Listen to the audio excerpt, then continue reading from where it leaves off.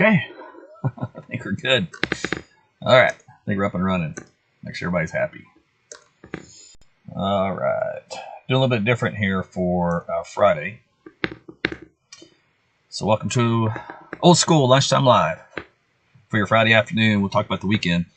This is a like a free broadcast video for those of you folks that are not subscribers, not members.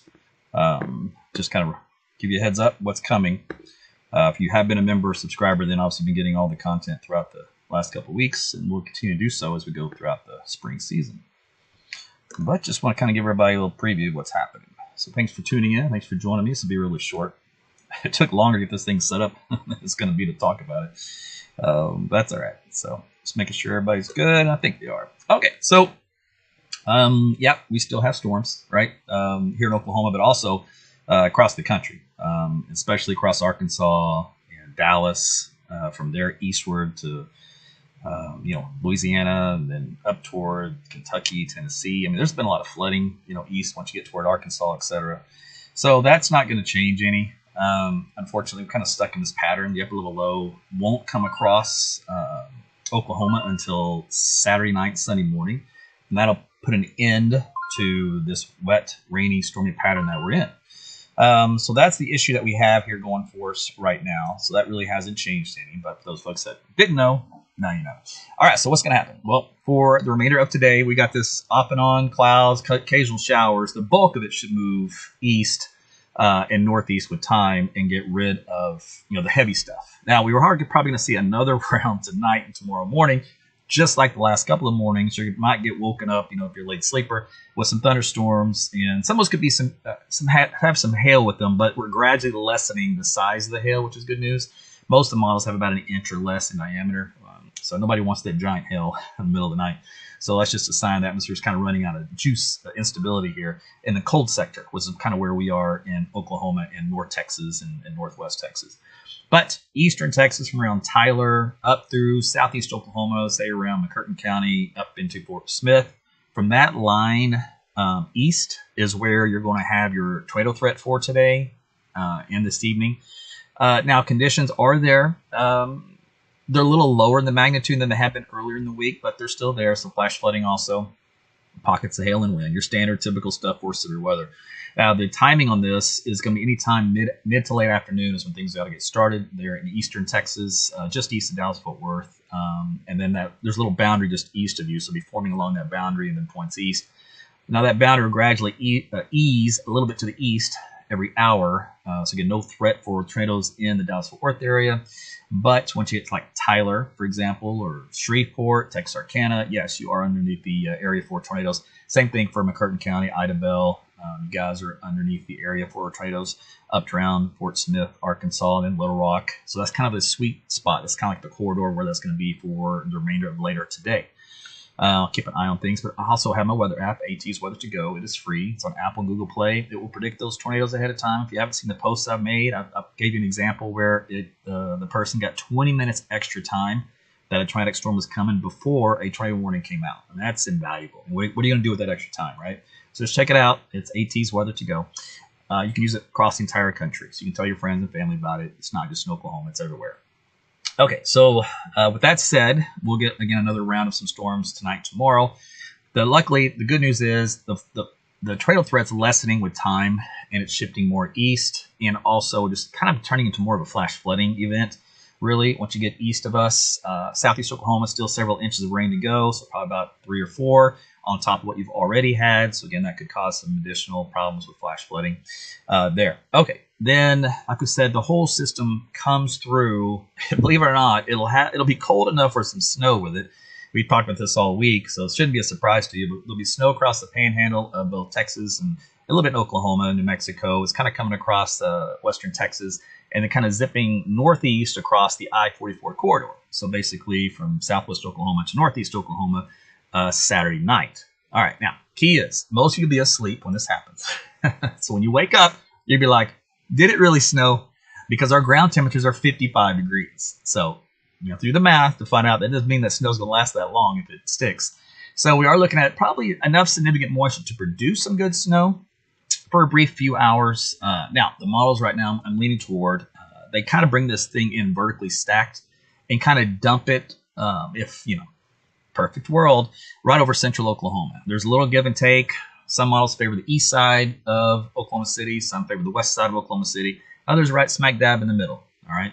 Regardless, it's about a 60-mile radius where we're going to have a pocket of some brief heavy snow that moves through and is kind of, again, focused over central Oklahoma and then stretches up to the north and east. So temperatures will have to cool down with time for that to happen. And then they'll get down to around 33, 34, 35 degrees. And that's when you start to get the wet snowflakes mixed in with the raindrops. Again, most of you, though, will be sleeping when this occurs. Now, it'll snow earlier with some rain mixed in far southwest Oklahoma, probably right around dark. And then points, of course, into Texas. So it will start earlier. It's just, it'll be a later show for most of us in the state. When you do get up, though, I don't expect much left on the ground, regardless of how much falls. You might be able to measure an inch of snow briefly, if you're lucky, in the very hardest hit area of that little bullseye I mentioned that kind of travels around a little bit. It's hard to say. It depends on which model you believe as to where that position is located. And that's because it's positioning of the 700 millibar low and the 500 millibar low. And believe it or not, there's still a lot of disagreements on where exactly that track is going to be. So if you just say central Oklahoma, that covers your tail. Could be the metro, could be the west side of town, could be the east side of town.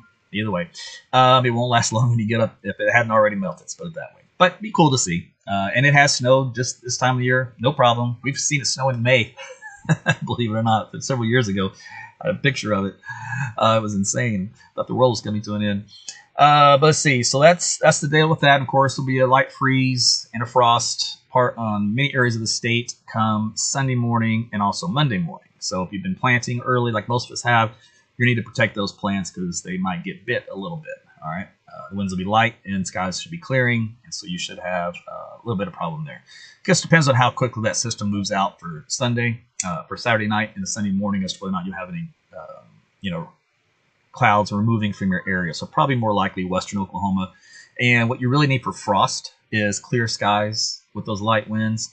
You might get the light freeze, but you won't get the frost. And then on Monday morning, with everybody getting clear skies, everybody having light winds, you get a frost, even if you may not get a freeze. So either way, plants don't like it. All right. Otherwise, it's cold today, tomorrow. Hope you like the 50s. And it's going to be chilly through the weekend. And then next week, it warm back up. We're back into the 70s. It looks pretty good.